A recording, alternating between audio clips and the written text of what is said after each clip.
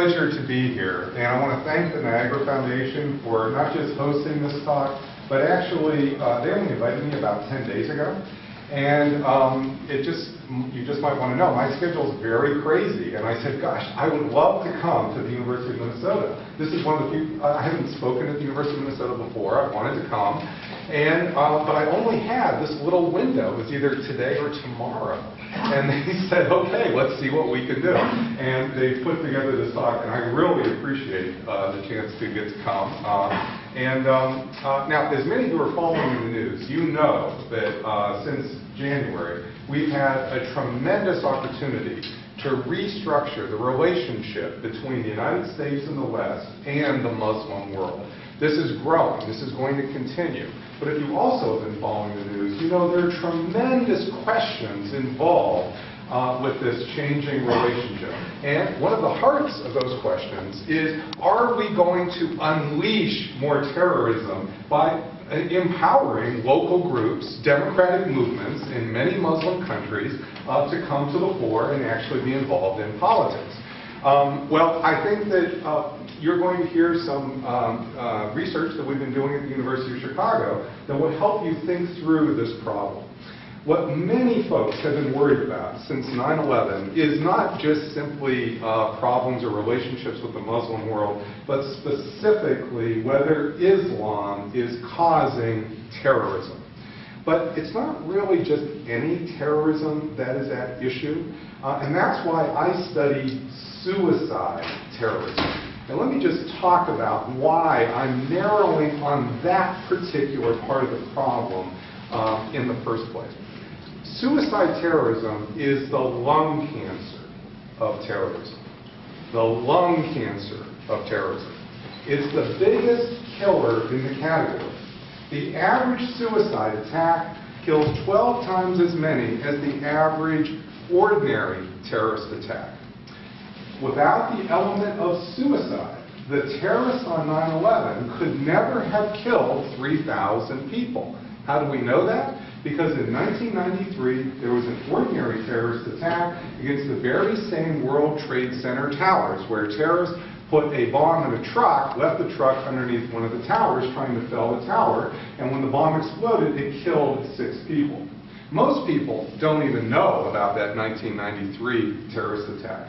We certainly didn't turn our country or our foreign policy upside down over that 1993 attack. The problem that we have been facing is not just a threat of terrorism, it's specifically suicide terrorism.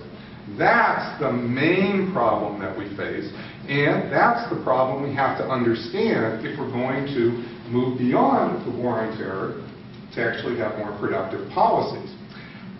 Suicide terrorism is also like lung cancer in another way. You can study suicide terrorism much the same way a medical researcher studies lung cancer. You can go around the world and collect information about who gets it, so to speak, and who doesn't get it in order to shed light on the actual root causes of the phenomenon.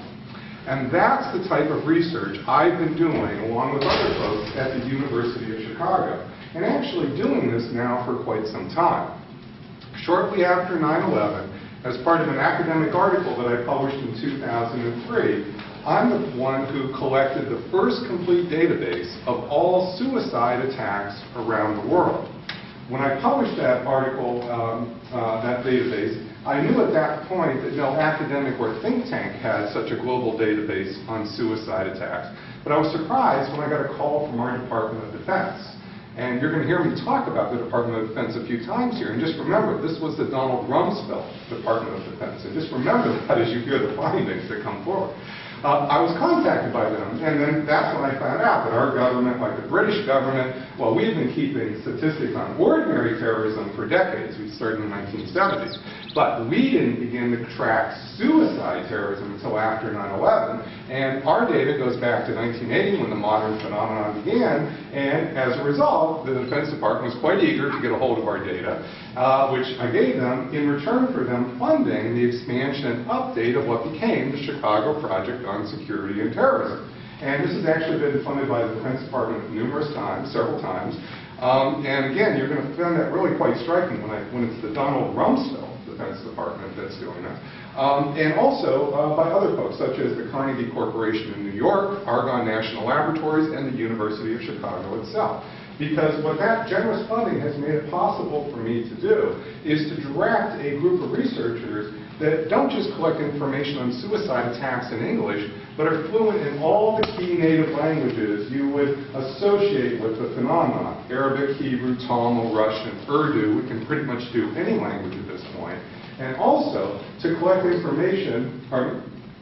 Farsi? Oh, yes, we could do Farsi. Yeah, that would actually be easy. No, the harder problems are like Pashto. But especially in Chicago, we have 15 million people to draw, so we can almost find something somewhere. To collect information, not just sitting in computers at the University of Chicago, but we've sent people to Cairo, Damascus, Beirut, and elsewhere, essentially to buy things on the black market, often martyr videos. And we have one of the largest martyr, if not the largest, collection of martyr videos in the world. And I'm going to show you some interesting examples of that down the road. But what this does is it's very important because it enables you to collect not just a list of lists and not just to sift through things, but to collect what we believe is the largest wealth of information on suicide terrorism that there is. Now, the book that I've just done, Cutting the Fuse, this is actually the second book on suicide terrorism. I did a book in 2005 called Dying to Win. Cutting the Fuse, as you'll see, brings this research up to date. But the most important thing to tell you about the book itself, Cutting the Fuse, is really about when we unveiled the book on October 12th, just a few months ago. We did it on Capitol Hill. We had an all-day conference on Capitol Hill from 9 in the morning until 5 at night where 300 people came. We found a donor to buy 300 copies of a book to give away to everybody who came. Turns out you can't sell a book on Capitol Hill. You have to find people to, you have to find people to give them away. But that was an important conference, not just because of the book, but because of who came to speak at the conference. If you look online, you'll see that it has some names you'll recognize, like Peter Bergen from CNN. But even more important, you'll see that the head of the 9/11 Commission was there speaking. If you look at the book, you'll see both heads of the 9/11 Commission have endorsed the book. Again, very, very striking. But the most important thing that happened that day was the talk by Admiral Gary Roughead. He's the Chief of Naval Operations. He's the #1 officer of the 350,000 people in the Navy. He came to speak, and the title of his talk is The Navy's Role in Offshore Balancing. Well, offshore balancing, you're going to hear, is the policy that comes out of this research. And Admiral Roughead announced on that day that offshore balancing would be the future policy of the Navy going forward. And you can see his talk if you want to on YouTube. Everything nowadays has to be on a video or it doesn't count. So we have YouTube videos of the entire conference for you to watch. But I really encourage you to go watch because and compare Admiral Roughead's comments there. Especially, you'll see he talks about humanitarian issues last October with the Navy's role in Libya and exactly what we have been doing in Libya. And you'll see this is a great example of offshore balancing at work. The Navy has been front and center on this policy. Well, what's happening here is really quite interesting, and it's quite, in my mind, quite amazing, because the Admiral's not coming because President Obama ordered him to come. He's certainly not coming because Robert Gates, his boss, told him to come. He's coming to talk because of the research in the book that I'm about to talk more about. But it's not just about the bottom lines in the research. In fact, much like the Donald Rumsfeld Defense Department, once you start to hear the bottom lines, you're going to see that the bottom lines, once you hear just simply the single one-sentence statement, you'll start to wonder about it. You'll be a little skeptical. I don't blame you. I'd be skeptical too. But what's underneath that is not just simply a bottom line, but what's really drawing people to the research is the quality of the research. And that's what I want to talk to you about even before we get to the bottom lines. Every bit of data that you're going to see here today has been corroborated by a minimum of 2 independent sources of information. This is absolutely crucial, especially in our internet age. Now with the internet, we're so used to garbage data, we're so used to anonymous internet chat room data that we have a hard time sifting, really, fact from fiction, because the internet just kind of merges all that. If it's on Wikipedia, what does that mean, right? Exactly. Well, that's one of the things that we've been working very hard to deal with our project. And what I want to do is show you an example of what I mean by the quality of our data, even before, again, I start to talk about our bottom lines. So if you go to our website, which is the Chicago Project on Security and Terrorism, and I hope you'll forgive us, we're still very proud of our Capitol Hill conference. That was the first time ever the University of Chicago had a conference on Capitol Hill. It's really not that easy to come by. Because you have to be supported by members of Congress to have such a conference. You can't buy a room on Capitol Hill, for instance. But anyway, I want to show you what it means to search our database, because we put quite a bit of the actual raw data on the web on a searchable database. So if we go to search the data, oh, and first, by the way, if you go to our people page, you can start to see examples here of our people, and this just shows you our native language speakers. I told you we have groups of folk, a rather large team of folks who are fluent in all the key native languages you would expect: Arabic, Hebrew, Somali, and Russian. So we're, again, the primary source of this information as we're going forward. We're not, again, just collecting lists of lists. When we do get lists, we sift through it, actually. And you'll see, to Iraq and Afghanistan today, foreign occupation has been the main trigger for suicide terrorism. As I said, this pattern doesn't account for 100% of the attacks, but it does account for over 95% of all the suicide terrorism that we've witnessed. This slide shows you the 9 disputes that fit with the 95% of the suicide attacks during this period. And if you let your eye go up and down the middle, you'll see that territory is centrally important to every one. Let me talk about Lebanon. The first one is an example, because again, you're all familiar with Hezbollah, that famous suicide terrorist group. In June 1982, Hezbollah did not exist. In June 1982, Israel invaded southern Lebanon with 78,000 combat soldiers, 3,000 tanks and armored vehicles. 1 month later, Hezbollah was born. Then, over the course of the next year, Hezbollah began to experiment with suicide attacks. We're not even quite sure why. But the fourth attack was the famous suicide truck bombing of the U.S. Marines in Beirut in October 1983, killing 241 of our troops. That was 10% of the American force with one bomber. The same day, Hezbollah attackers also hit the French troops, killing 58 French soldiers. Again, about 10% of their force with one bomber. A few months after this, Ronald Reagan, certainly no pacifist, decided to withdraw all American combat forces from Lebanon rather than face another suicide attack.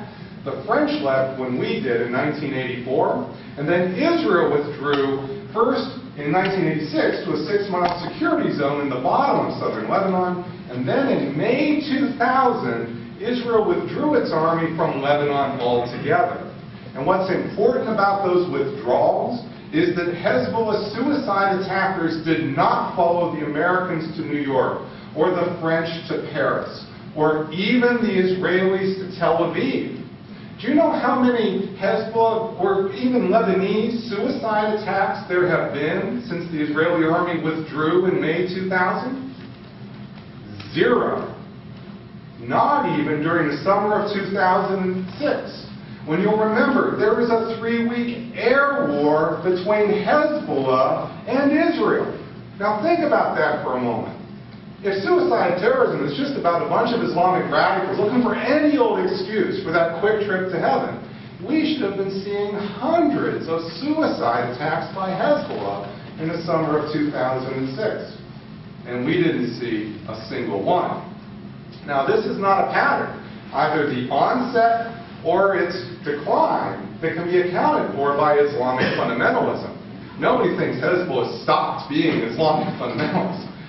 but it does fit foreign occupation to the month, both the onset and the decline. That is a very tight fit. And we could go through the others at that level of detail. But what most people want to know about is Al-Qaeda. This research was the first to collect a complete set of the 71 individuals from 1995 to 2004 who actually killed themselves to carry out attacks for Osama. Of those 71, we know the names, nationality, and other socioeconomic data of 67. Not quite all, but almost all. The largest number, 34, come from Saudi Arabia, the large majority from the Arabian Peninsula, where the United States first began to station combat forces in 1990. 1990 was a watershed year in our military deployment to the Arabian Peninsula. Yes, before 1990, the United States had a few hundred advisors, mostly Marines with sidearms standing in front of embassies, but no tanks, fighter aircraft, or armor units going all the way back to World War II. We put them in fall 1990 to kick Saddam out of Kuwait. We kicked him out of Kuwait in March 91 and never left. Every day from March 91 on, we kept between 12 and 30,000 combat soldiers stationed on the Arabian Peninsula, and the Al-Qaeda attacks start about 5 years later. Notice where the Al-Qaeda suicide attackers are not coming from. Iran. Surely an Islamic fundamentalist population 3 times the population size of Saudi Arabia. No, Al-Qaeda suicide attackers. Sudan. Sudan is an Islamic fundamentalist population, about the same population size as Saudi Arabia, and with a brand of Islamic fundamentalism so congenial to Osama, he chose to live there for 3 years in the 1990s. No, Al-Qaeda suicide attackers. Bangladesh. Bangladesh, with 110 million people, one of the largest Islamic fundamentalist populations on the planet, If this was Islamic fundamentalism that was driving the threat, we'd see a much different pattern to this data. But that's not what we see. What we see are that 2/3 come directly from Sunni countries where we've stationed combat forces. And if you ask me later at the end of the talk, I'll be glad to talk about why Tunisia, what's happening with those northern African countries. But let me just hold that off until we get to the end of the talk. Just invite me to answer that question. But rather than just talk more about this statistically and with data, let me let you listen to Al-Qaeda suicide attackers themselves. I want to show you martyr videos from 6 of the most notorious Al-Qaeda suicide attackers. 4 of the 9/11 hijackers, they're Saudis. They're going to speak to you in Arabic, and there's subtitles underneath for you to follow. And 2 of the July 2005 London bombers, they're Brits. They're going to speak to you in English. And to make this easier for you to follow, we're going to bookend. We're going to start with one of the Brits, go to the 4 9/11 hijackers, and then end with the last July 2005 bomber. Of course, these are martyr videos. They were made before their attack, given to Al-Qaeda. Al-Qaeda then released them, and then you'll see how in some cases Al-Qaeda has used some of the images from the actual attack as the background for their martyr videos when they released them. Oops, 1 second.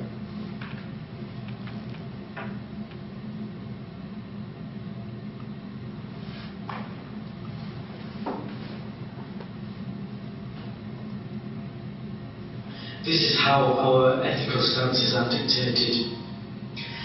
Your democratically elected governments continuously perpetuate atrocities against my people all over the world, and your support of them makes you directly responsible, just as I am directly responsible for protecting and avenging my Muslim brothers and sisters. Until we feel security, you will be our targets. And until you stop the bombing, gassing, imprisonment and torture of my people, we will not stop this fight. We are at war and I am a soldier.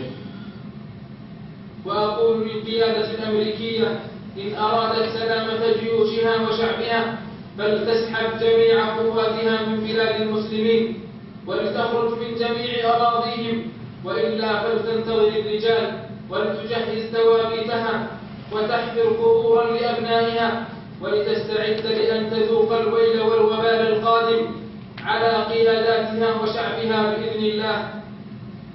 وإن من المصائب العظام التي أصيبت بها الأمة الإسلامية هي احتلال بلاد الحرمين من قبل الجيوش اليهودية الصليبية وعلى رأسها أمريكا، وإن هذا الاحتلال أكبر خيانة وكارثة في تاريخ الإسلام، فلم تخرج جزيرة العرب بمثل هذه الجيوش الأمريكية الجبارة التي تمطر أساطيرها بشار الجزيرة وتضلل طائراتها سماء المنطقة وتدب فيارقها فوق أسوارها.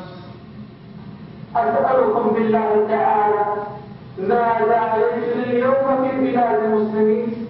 احتلال واضح لا غبار عليه، وأنتم أيها العلماء تقولون هذا وتقرونه حتى لبلاد الحرمين. كيف لا، ونحن قد دفنا في بيت ربنا ومسجد نبينا وقبلتنا ومقدساتنا واحتللنا من قبل اليهود والنصارى، وهي أعظم مصيبة بعد مصيبة وفاة الرسول صلى الله عليه وسلم. ومما يزيدها عظما أن هذا الاحتلال تم بالتعاون مع الحكام المرتدين، وجزيرة العرب منذ أن خلق الله صحراءها وحفها ببحارها لم يدهمها مثل هذا البلاء قط، فإنا لله وإنا إليه راجعون. وما بلاد الحرمين فيه من احتلال وتردي هو مخطط من اليهود والنصارى، وعلى رأسهم أمريكا دمرها الله، التي ما نزل بالإسلام والمسلمين من مصيبة إلا كانت سببا فيها. What you have witnessed now is only the beginning of a series of attacks which inshallah will intensify and continue until you pull all your troops out of Afghanistan and Iraq, until you stop all financial and military support to the US and Israel, and until you release all Muslim prisoners from Belmarsh and your other concentration camps. And know that if you fail to comply with this, then know that this war will never stop, and that we are ready to give our lives 100 times over for the cause of Islam. You will never experience peace until our children in Palestine, our mothers and sisters in Kashmir, our brothers in Afghanistan and Iraq feel peace. So what you are seeing is powerful evidence that the main cause of both secular and religious suicide terrorism is foreign occupation. Suicide terrorism is the lung cancer of terrorism. The smoking is foreign occupation. It's the main trigger that's triggering both secular and religious individuals to do that attack. Of the people who get lung cancer, 85% smoked. Of suicide terrorist attacks, over 95% are triggered by foreign occupation. If anything, the empirical connection between suicide terrorism and lung cancer and foreign occupation is tighter than the empirical connection between smoking and lung cancer. This is a very important empirical pattern to see, because failing to take this into account means that we're likely to pursue policies that are either irrelevant or make the matter worse. Now, what is it about a foreign occupation that triggers suicide terrorism? Well, it's not one thing, it's several micro-connections. Number one is revenge. Many suicide attackers are motivated by revenge because they've had family members or close friends killed by the foreign forces. Another micromotive is social prestige. A foreign occupation tends to bring disparate groups together to value those who try to throw off the foreign occupation. That is, they become heroes or get social prestige. And the suicide terrorists who make martyr videos, they want the social prestige. That's what these really are. Think of them as hero videos. They're not making these martyr videos to show us here in the United States. They're making martyr videos so that these individuals will gain respect in those occupied communities. That's the real purpose of those videos. And third, a lot of foreign occupations tend to breed a sense of hopelessness, especially when there's a gross power imbalance between the foreign occupier and the local community. And situations of hopelessness often encourage people to become religious. I'm not saying these individuals are not religious, don't get me wrong. They're genuinely religious. What I'm saying is that's normal under a foreign occupation or any hopeless situation. You see, what foreign occupation is really about, at the heart of it, is not the exact number of troops on a given piece of territory. What foreign occupation is really about is whether the foreign military forces are keeping in power a government that would fall absent the foreign connection. That's the heart of it. And why does that create problems for the local community? Because if a foreign government is keeping in power a government that would otherwise fall, that means that the local community are not in charge of their own way of life. Their own social institutions, religious institutions, economic institutions, not just political institutions. That's what suicide terrorists are really fighting for, simply to perpetuate the way of life of a community otherwise being trampled upon by the foreign occupation. Now, if this hypothesis is right, if foreign occupation is the main cause of suicide terrorism, then what should we see if we see more foreign occupation? We should see more suicide terrorism, and that's the world from 2004 on. Since 2004, there have been over 1,800 suicide attacks. Think about that for a moment. From 1980 to 2003, a 24-year period, 300 attacks. In the last 6 years, over 1,800. 6 times as many in 1/4 the time. And they're not thinly scattered around the world. They are concentrated, heavily concentrated in the areas of our occupation. Now, for this pattern to be wrong, that is, for the empirical connection between suicide terrorism and foreign occupation to be wrong, we would have had to have missed not just 5 suicide attacks around the world, or even 50. There would literally have to be hundreds of suicide attacks occurring somewhere around the world, not in countries on this chart, since 2004. I don't mean that we undercounted Iraq or overcounted Iraq by 200. I mean that they would be occurring in Mozambique, Bangladesh, South Africa, Brazil. Now, I literally can't swear to you that our team has got every suicide attack that's occurred, although I don't think we've missed even 5. And if you think we've missed some, man, you just send us an email, and I'm telling you, those folks want nothing better than to go in and solve those verification problems. That's what they live for. So you just go ahead and send us an email, and we're glad to follow up. And we'll just update, if we find it, we'll just update the database, and we'll put a little note on there thanking you. So we're definitely up for having the best data that there is. But I don't think it's possible we've missed hundreds. You would know if we've missed hundreds. The Admiral staff would know if we've missed hundreds. The folks in Congress and their staffs would know if we've missed hundreds. This is strong confirmation that the main cause of suicide terrorism is foreign occupation. Moreover, notice how many are now anti-American inspired. In the year 2000, the year before 9/11, there were 20 suicide attacks around the world. 1 against the U.S. coal, anti-American inspired. Last year, 300 suicide attacks around the world, 270 against Americans or people working for or with America. This is not a good pattern for the United States, ladies and gentlemen. The world is not just more suicide terrorism, not just an explosion of suicide terrorism. but it's becoming anti-American suicide terrorism. This is just simply not healthy for us. Now, let me talk about a couple of the cases in detail. First, let me talk about Iraq. Iraq is a prime example of the logic of suicide terrorism I've been telling you about today. Before our invasion in March 2003, Iraq never experienced a suicide attack in its history.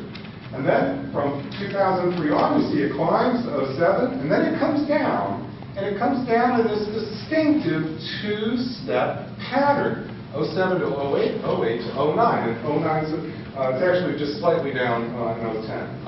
But why does it come down in this distinctive two-step pattern? Well, the first thing you need to know about suicide terrorism in Iraq is that during these years, we didn't have just one type of conflict, we had two. We had a three-sided civil war among Shia, Kurds, and Sunnis, all killing each other with ordinary tactics, alongside one-sided, Sunni-only suicide terrorism. All the suicide terrorism in Iraq is Sunni suicide terrorism. We don't have a single Shia suicide terrorist or Kurdish suicide terrorist. Now think about that for a moment. We have plenty of Shia Islamic fundamentalists, plenty of Shia Islamic fundamentalist militants. The Sadr Brigade, 20,000 strong, no suicide attacks. Why the Sunnis? Why are they doing it? It's helpful to remember that Saddam wasn't just a dictator, he was a Sunni. And when we toppled Saddam, we also threw the Sunnis out of power in Iraq. And who would come in place? Either an American government or a Shia-dominated government. And either way, it was the Sunnis who were most put out by our occupation. But why is it that the suicide terrorism is coming down, especially in this distinctive two-step pattern from 07 to 08 and 08 to 09? When we talk about each of those steps, 07 to 08, someone might instinctively say, oh, the surge, Professor Pape, I'll tell you why the suicide terrorism is coming down. We surged 21,000 troops into Iraq, and that's what caused the Sunnis to do less suicide terrorism. Well, let's investigate that hypothesis. And I'm going to use data that comes from the Pentagon itself. Because after all, I'm presenting this to the Pentagon. You might as well use their own data. And let's look at the numbers from September 06 to September 08, the window of the surge. Notice that when we look at U.S. and Allied forces in the country as a whole, during the window of the surge, the aggregate number goes down. How can that be? Because our allies were leaving faster than we were putting troops into Iraq. For the country as a whole, the surge was really backfilling for the loss of our allies. But you say, well, wait a minute, Professor Pape. Maybe we put them on top of the Sunnis, and we suppressed the Sunnis, and that's what suppressed the suicide terrorism. Let's investigate that. The Sunnis live in Anbar province. That's the Sunni triangle. And let's look at the number of troops in Anbar. The number does go up slightly from 34 to 38K, but nowhere near the 100,000 that would be needed according to the famous General Petraeus counterinsurgency manual. I'm pretty familiar with that manual because it was published by the University of Chicago just a couple years ago. And in fact, I was the main reviewer arguing in favor of publishing that manual. I'm not opposed to General Petraeus. I'm not anti-troops. I'm not anti-counterinsurgency. We just didn't do counterinsurgency. That's not what brought down the suicide terrorism here. The last column is the column that really mattered. That's the Sons of Iraq, also called the Anbar Awakening. What we did is we took 100,000 Sunni insurgents, terrorists, and we paid them $300 a month to do one thing: don't kill us. Now, we hoped you'd take your $300 and go get a job with that. All right, if you take your $300 and go buy guns with it, we'll turn a blind eye. But if you want your next paycheck for $300 next month, there's one thing you cannot do: kill us. That policy worked very, very well, at least for about a half of the Sunnis, and that's what brought down Sunni suicide terrorism by about 40%. Why is that? It's because what most of the Sunnis did with that money is they did in fact go out and buy guns. They went out and bought guns so that they could secure themselves and their way of life against the Shia-dominated government, enemy number one, the terrorists, enemy number two, and yes, even the Americans, possible enemy number three. And one of the big controversies at the time when we were doing this policy is, oh my gosh, we can't give money to the Sunni terrorists because they'll buy guns and maybe turn them on us. Yes, we did not turn them into our employees. We turned them into actual partners. And by turning them into actual partners as opposed to employees, we gave them the wherewithal, the economic and political wherewithal to secure themselves. And that's what brought down the suicide terrorism during that period.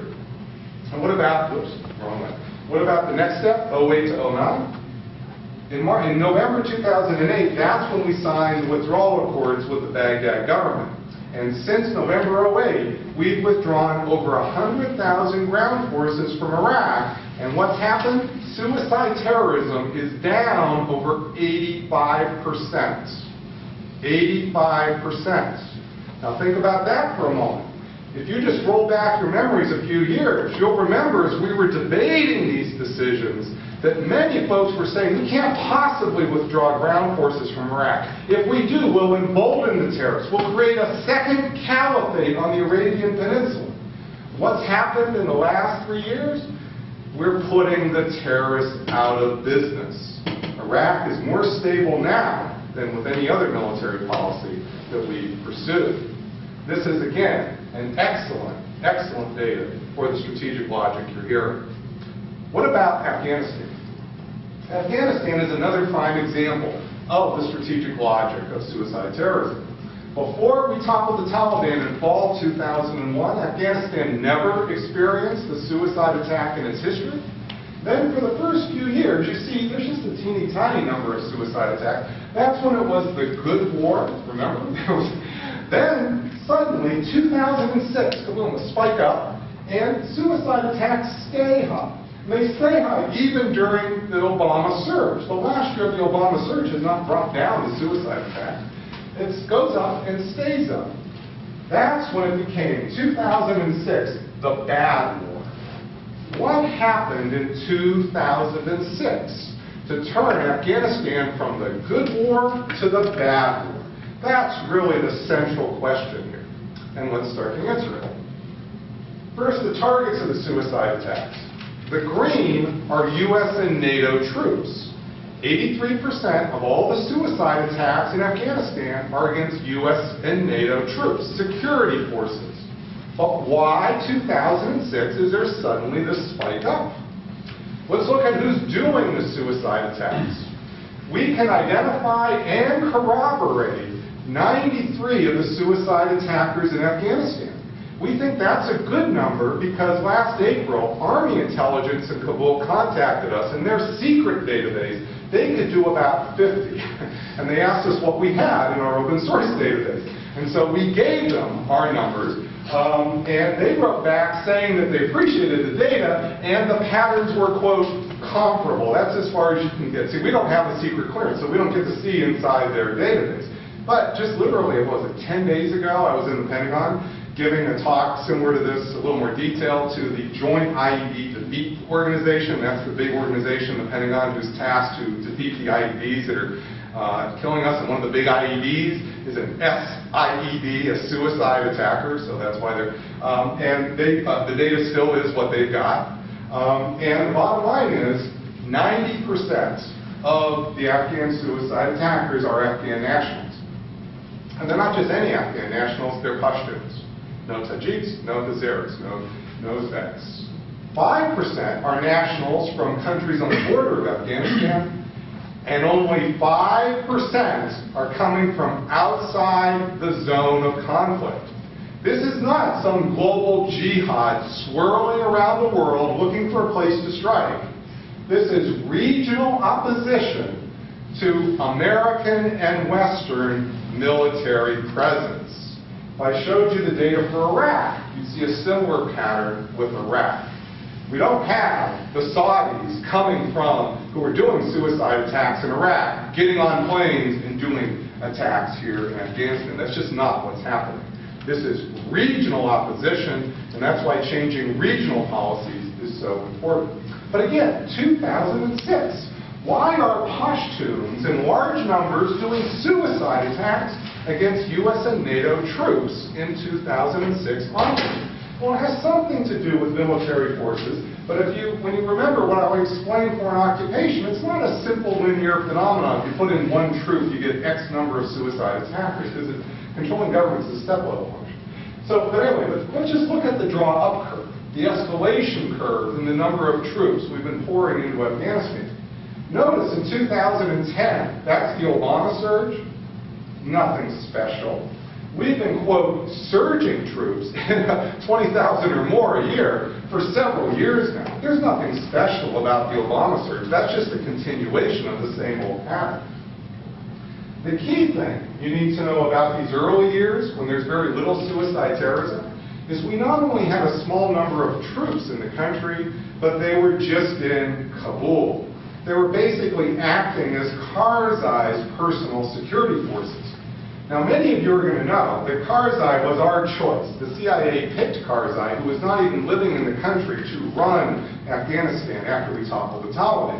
What you may not know is Karzai was our second choice. We actually first picked a guy by the name of Gul, G-U-L, and we started to secret him into Afghanistan in the middle of October 2001, and the Taliban got him and sent him to Langley in boxes. And so to prevent another leader from being assassinated, that's why we focused so heavily on defending Karzai. And it wasn't until November 2003 that the UN gave us a mandate to occupy the rest of Afghanistan. And ISAF, that's the name of the military organization in Afghanistan, came up with a plan to occupy the rest of Afghanistan. And this is the map from the actual plan. And like a good military organization, they did it in a logical, sequential manner. Phase 1, go to the north, our friends, the Northern Alliance. Phase 2, go to the west, more friends. Then, in early 2005, 2006, where do we go? The south and the east. The Badlands, the Pashtun homeland. That's when we occupy the Pashtun homeland, and that's when Pashtun suicide terrorism explodes against the troops doing the direct occupation. Now, you also know, many of you, that not just Afghanistan has had an explosion of suicide terrorism, but so too has Pakistan. And if I showed you the curves from Pakistan, you'd see they look very similar to Afghanistan with a 6-month lag. The real spike up starts late 06 in 07 on. Why is that? Well, first, what country's on the other side of Afghanistan? Pakistan, right? But who are the people who live in the western portions of Pakistan? Pashtuns. They're the other half of the Pashtun homeland.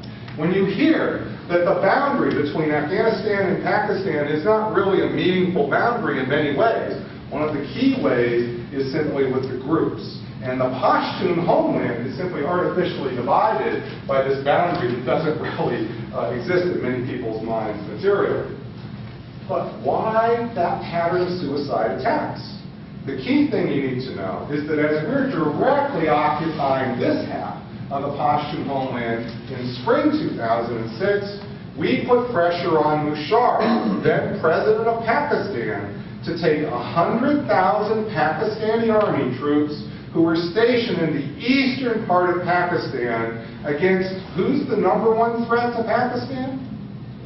India. Remember, 2002, we almost had that little nuclear war, which could have resulted in maybe as many as 30 million dead in Pakistan. We may like to think that the biggest problem for Pakistan is the Taliban or Al-Qaeda. That's not the way the Pakistani army thinks about it. And in case you're wondering how they would respond, I was just in Kabul a month ago and giving a talk at a NATO conference with 4 Pakistani Army officers there, and this is exactly what they think, which is that they were pulled off from their #1 mission, defending against India, to go and pick up and sit on top of the other half of a Pashtun homeland to do America's bidding. That not only produced suicide terrorism in Pakistan, 3/4 of all the suicide attacks in Pakistan are directly against the Pakistani army in the western districts of Pakistan. It also caused Musharraf's legitimacy to plummet. This is when Musharraf lost his legitimacy with his own people. Why? He went from being our putative ally, our partner, to our stooge, our employee, where he was forced to put America's interests ahead of Pakistan's interests. That's what we call in the book an indirect occupation.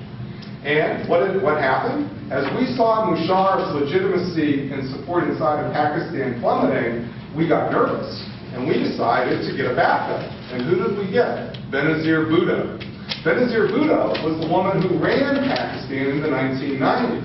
She had been living in London for many years and essentially been kind of knocking on the Bush administration's door since 9/11, begging for American support to go back to Pakistan. Well, we call Bhutto. We tell her we will support her to go to Pakistan because we need a backup if Musharraf falls. She goes in the fall of 2007. And in October 2007, Ayman al-Zawahiri, the #2 in al-Qaeda, sends Bhutto a note. The letter says, "We know you're an American agent. We know you're here as Musharraf's backup. Get out or we will kill you." Well, she stayed, and 2 weeks later, she was killed by an al-Qaeda suicide attack. And you'll notice to this day, there are lots of tensions between the U.S. government and the Pakistani government. And they're rooted in this decision. They're rooted in this decision. Now, so far I've been talking about the suicide terrorism that's been going on over there. How does that affect us here? I'd like to show you the most important recruitment video that al-Qaeda has put together to recruit homegrown terrorists to kill us. I want to show you a recruitment video made by Adam Gadon. Adam Gadon is an American. He's about 34 years old. He was born in Riverside, California.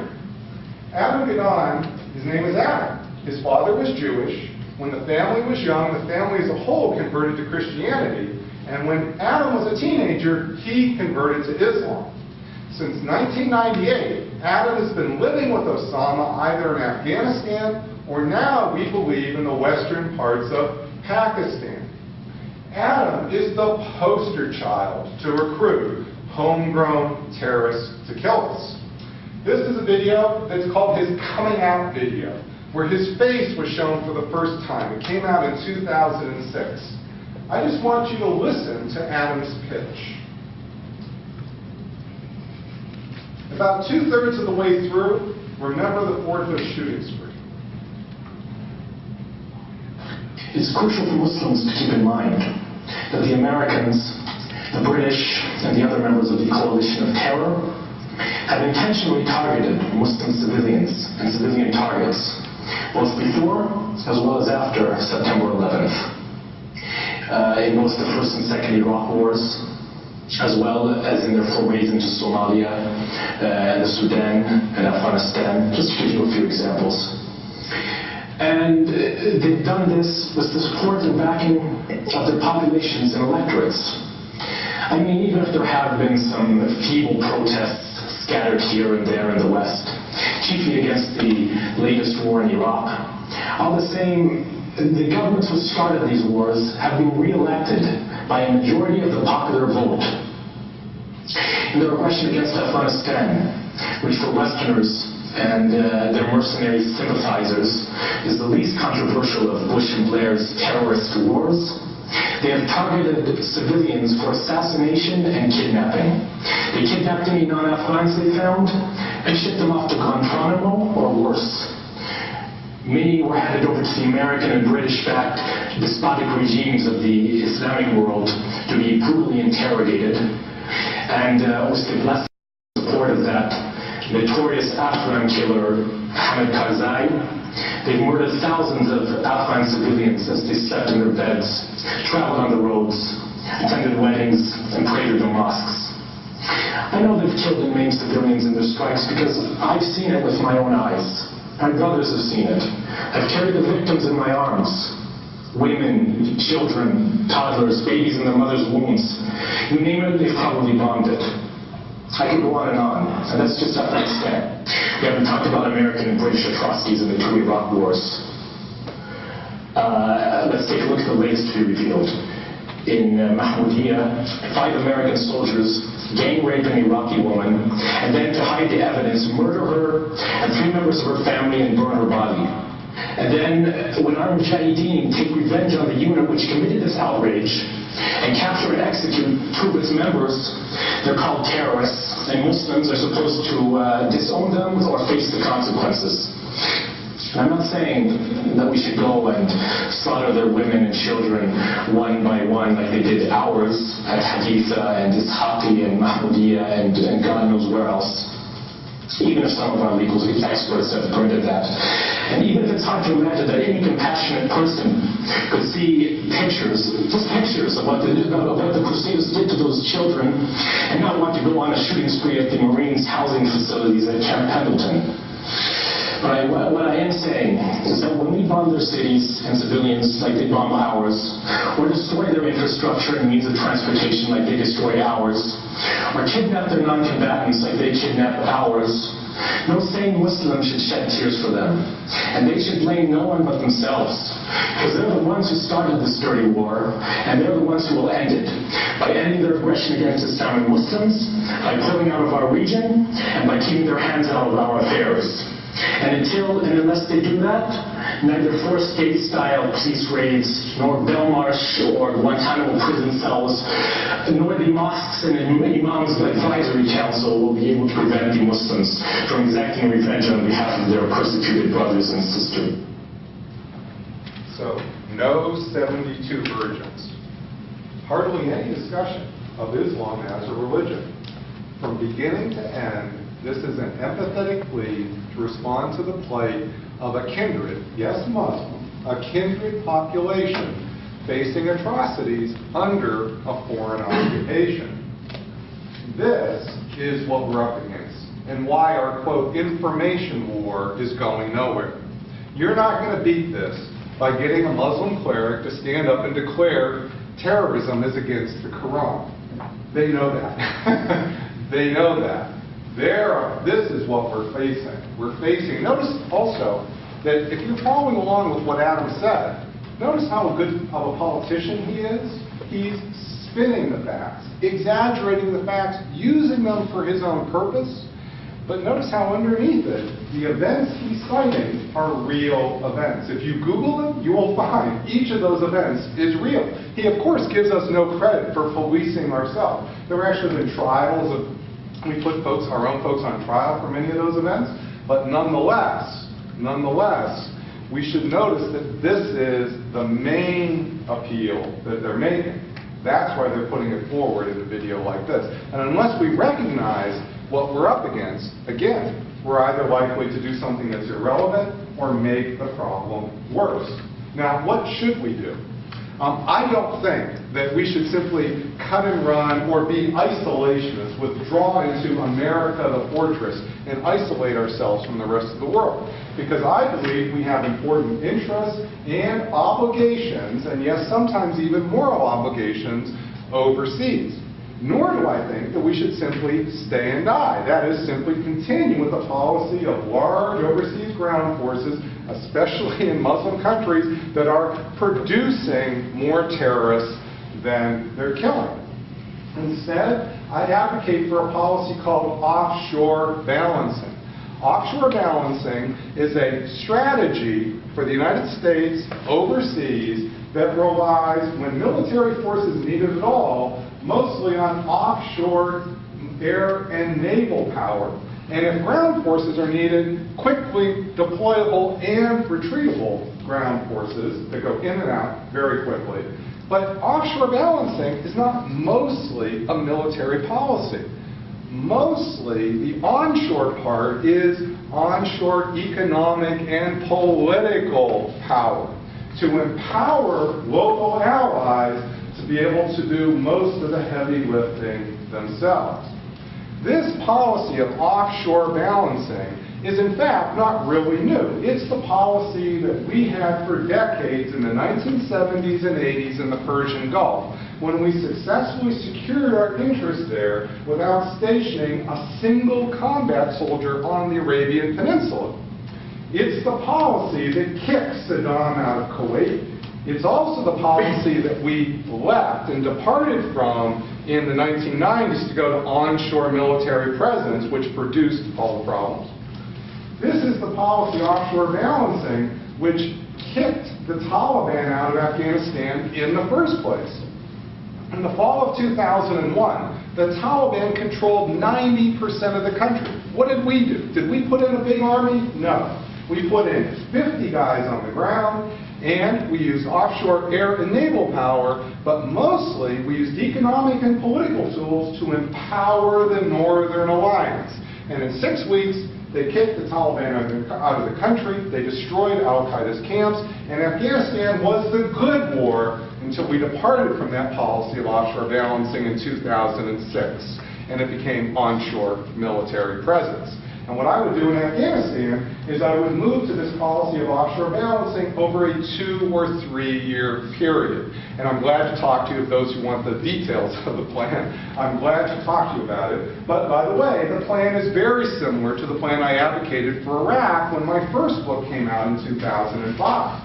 When my book came out in 2005, I argued, that was at the height of the suicide attacks in Iraq. I said what we should do is move over 3 or 4 years, it was a bigger problem, 3 or 4 years to offshore balancing in Iraq. And what have we done? We've effectively done that, and Iraq is more stable today than any other policy that we have pursued. This is the policy I would advocate, and it's the policy I think would cut the fuse to the terrorist threat that we face. It's the policy that would stop the terrorists from, before they begin, and I think it's the policy that would allow us to restructure our relationship with the Muslim world so that we could live a more productive future. Thank you very much, and I'm glad to take your questions.